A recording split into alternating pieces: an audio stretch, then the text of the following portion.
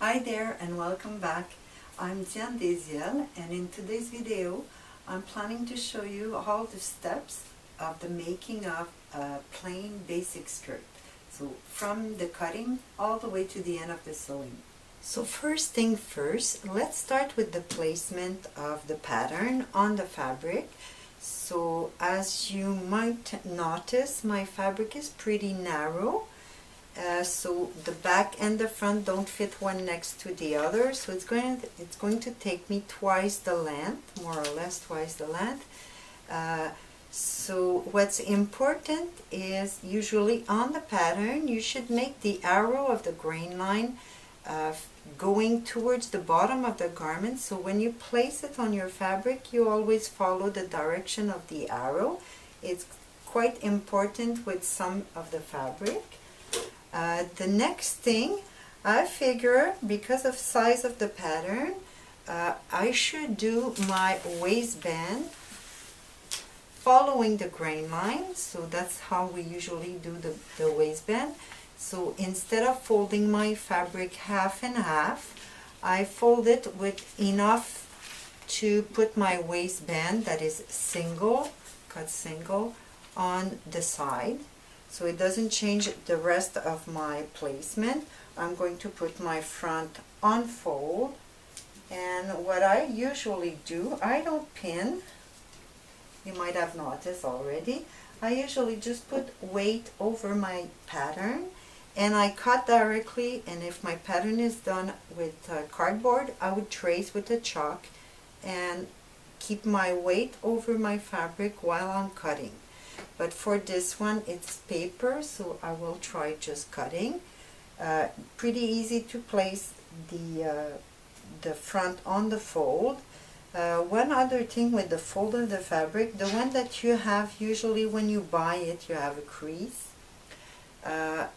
Sometimes it leaves a permanent crease and you don't want that on your garment. So first thing you should do is go check on the iron to make sure it disappears.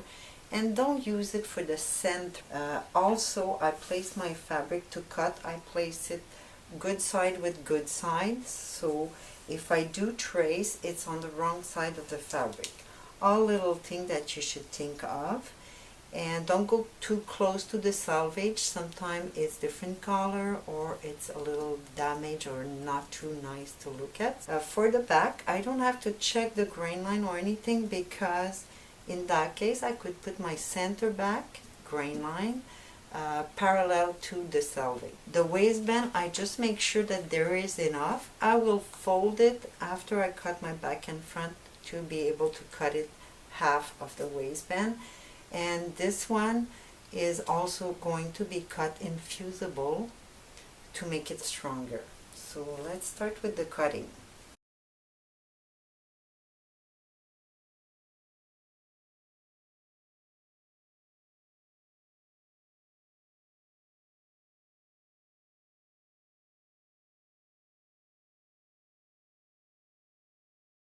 Now that my back and my front are cut, I'm going to be ready to cut the waistband.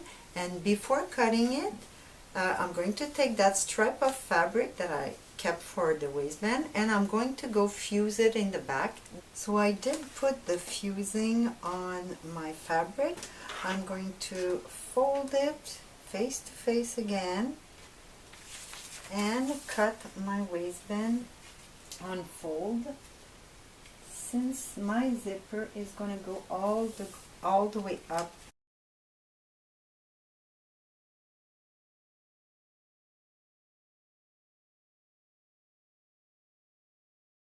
Now let's talk about the finishing.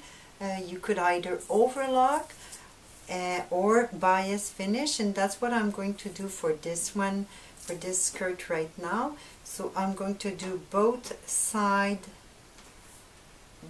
seam of the front with the bias, and I'm going to do both side seam of the back and also both side of the center back, as well as one side only, one long side of my waistband.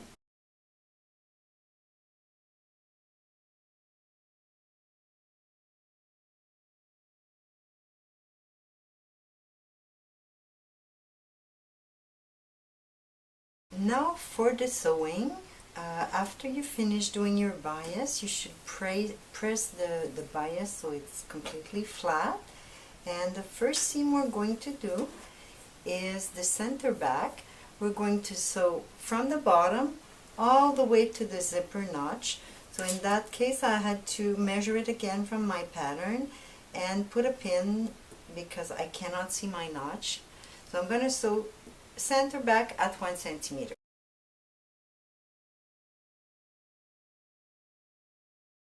Okay, so after pressing your center back seam open, you're going to assemble the unfinished side of the waistband to the back.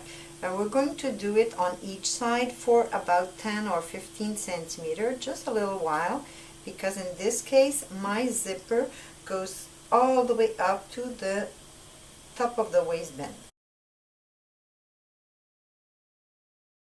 For the next step, I'm going to assemble the zipper to the skirt. Good side of my zipper, it's an invisible zipper, facing the good side of the fabric. I'm going to sew it with the tiny foot first, just to position it, and then I'll use my invisible zipper foot to do the final seam.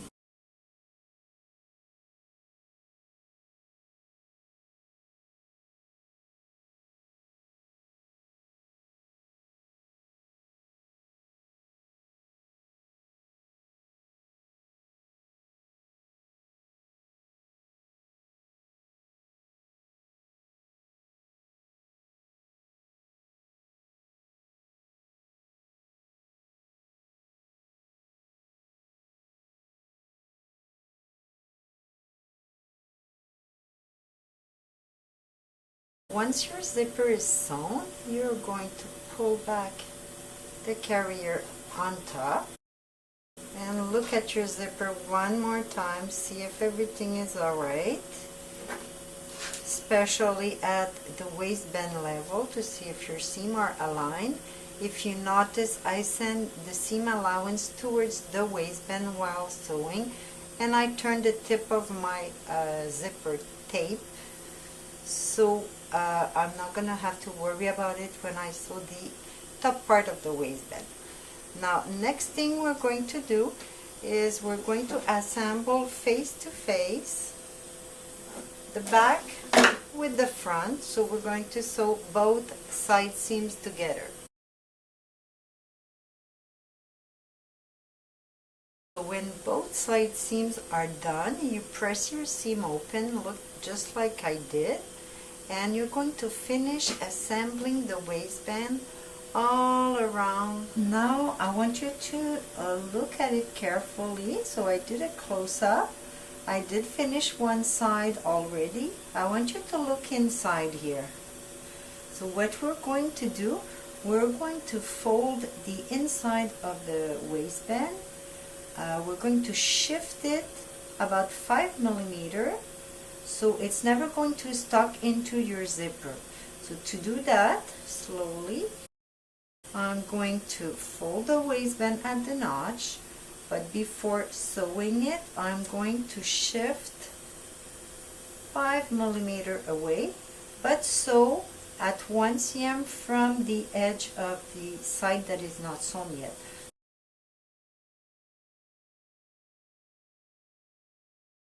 I usually don't press at all the waistband before it's finished, but this time, since my fabric is really thick, I did make a crease on the top part, all the way parallel, so this way I don't have to pin.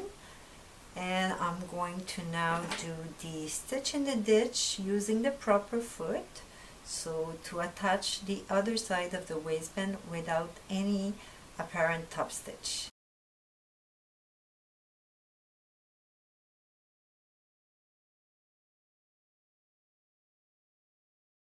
When your waist is completed, you could go and press all the way to make it flat. Make sure you don't stretch, so you're not going to see the seam at all. And the last thing we're going to do before complete that skirt is to do the hem finishing, and for this one I decided I'm going to use the same bias I did my seam allowance. I'm going to use it as a facing, so you will see me sewing it all around, good side of the fabric with the good side of the bias. And right at the beginning I'm going to start at a seam. I'm going to fold the beginning, sew all around. When I'm done, I will be flipping the bias and understitch right on the bias.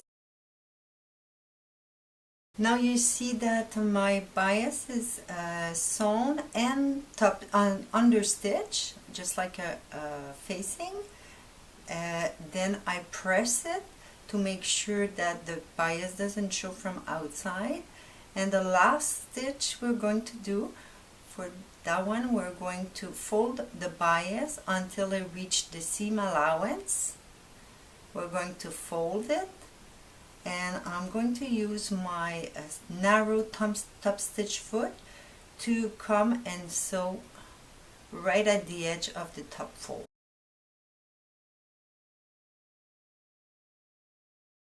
That's it for today. So I hope you did enjoy, and that you could do for yourself or for friends a nice little A-line skirt in less than an hour. So if you did enjoy, make sure you share this video, and I see you next time.